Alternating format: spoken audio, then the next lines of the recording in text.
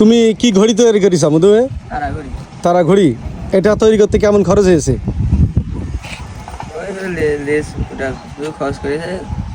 এখন কি উড়াতে পারবো এটা?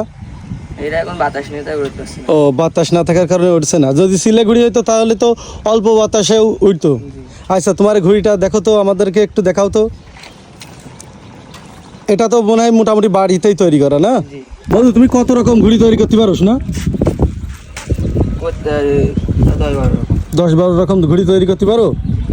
ও আচ্ছা, তোমার এই ঘুড়ি বাদে কি বাড়ি আর কোনো ঘুড়ি আছে? ছিল তো, একটা হারাই গিয়ে। একটা হারাই গেছে, সুতো কেটে গেছে, তাই তো? এই ঘুড়িটা এখনই উড়ানো হবে। এই যে ঘুড়ির উপরে এই যে সাদা দুইটা, এই দুইটা কি ভাই? ডাক। আমি আপনাদেরকে দেখাই ছোটবেলার সেই স্মৃতিগুলো আসলেই বাস্তবেই মনে পড়ে গেল।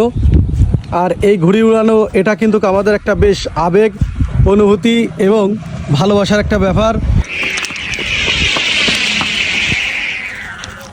বাতাস কম থাকার কারণে কিন্তু মোটামুটি ঘুড়ি উড়ছে না, তারপরেও এই ঘুড়িটা উড়ানোর চেষ্টা চলছে। এর জন্য পর্যাপ্ত পরিমাণ বাতাস দরকার, যার কারণে বাতাস কম থাকার কারণে ঘুড়িটা কম উড়ছে।